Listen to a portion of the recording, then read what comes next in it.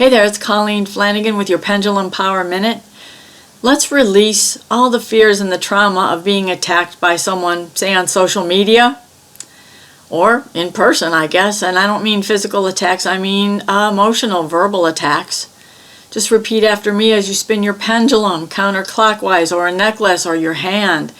And I just choose to let go now. First of all polarity reversals that happen, because when we're in a state of shock and trauma, the energy gets all jangled up and it can screw up the polarities pretty seriously. So we now let go and reverse all polarity reversals, and all polarities run perfectly linear and correct as they're supposed to. I also release my fear of being attacked again, my fear that I did something wrong.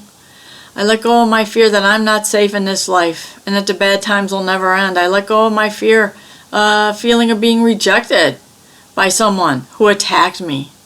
And I let go of my fear that the more success I achieve, the more attacks are going to come my way. I choose to remember that people who do these kind of attacks, they're so emotionally damaged.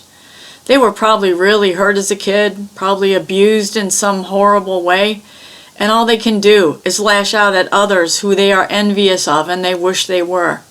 That's the truth.